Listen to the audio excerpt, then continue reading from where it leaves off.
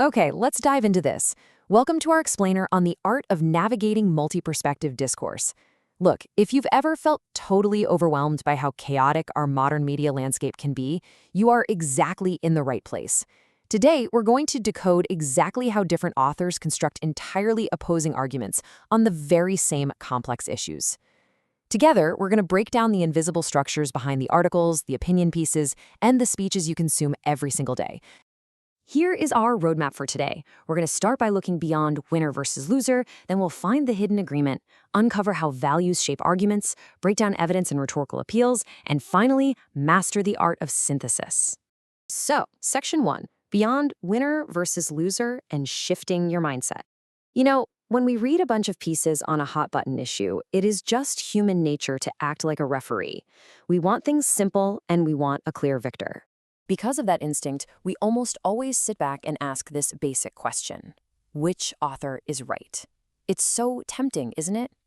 But to truly analyze public arguments, I've got to challenge you to drop this question entirely. When we approach a debate just looking to crown a winner, we instantly trigger our own confirmation bias. We force ourselves to pick a team, we dig in our heels, and we completely blind ourselves to the actual real-world nuances of the issue. Instead, we need a totally different approach. Compare asking, which author is right, against this much more powerful question: why do these authors approach the issue differently? We're pivoting from looking for one correct answer to basically putting on a detective hat. Think about it. A judge just wants to hand down a final verdict, but an investigator, they want to know how the whole scene was put together in the first place. We want to be the investigator, hunting for the rhetorical clues that explain why an author made the strategic choices they did. Moving on to Section 2. Finding the hidden agreement. Learning to look for shared concerns is a total game changer for anyone wanting to grasp the big picture. It's a bit counterintuitive, but before diving into the juicy disagreements, strong readers actually look for overlap. Take social media, for example. Two authors might completely clash over whether the government should heavily regulate platforms. But look at their foundational concerns. They probably both agree that social media profoundly impacts communication, it heavily affects younger generations, and the tech is moving at lightning speed. Finding this baseline is absolutely crucial. It gives us a shared reality and defines the boundaries of the playing field before the argument actually splits in different directions. Once you've found that overlap, then you can start isolating the differences. I want you to pause for a second and imagine you're investigating a brand new text. You ask, what does author A actually believe? Maybe they think algorithms need strict, federally mandated age limits. You nail down that specific stance, identifying their unique conclusions and the evidence they brought to the table. And then you immediately follow it up with this: why might they interpret the issue differently than another author? This right here is the golden question for critical thinkers. It prompts us to dig into the ultimate why behind the clash. And asking why perfectly sets up a concept we can think of as an argument's invisible scaffolding. Which brings us to Section 3, How Values Shape Arguments, the Invisible Scaffolding. We're going to dive into how an author's foundational priorities act as the blueprint for the conclusion they eventually reach. Imagine 3 different authors talking about artificial intelligence. It's the exact same topic, right? But the arguments shift completely based on what they prioritize. Author A is hyper-focused on innovation, so they're laser-focused on economic growth and global competitiveness. Author B, they're worried about risks, so their main concern is widespread job loss. And author C prioritizes education, focusing heavily on digital literacy and preparing the future workforce. They aren't necessarily disputing the raw technical facts of AI. They're arguing from entirely different priorities. So what's driving that specific focus? It's their values. Values are the engine of any debate. They're the core beliefs about what matters most, things like freedom, security, or innovation. These are what secretly drive the differences we just saw with AI. It's the philosophical bedrock that every single data point rests on. Let's look at a classic clash: individual freedom versus public safety. Think about the debates over digital data privacy or recent public health mandates. Usually, the dispute isn't actually about the tech code or the raw medical stats. It's a deep philosophical clash between personal liberty and collective security. When authors tackle complex issues, they're always weighing these values against each other.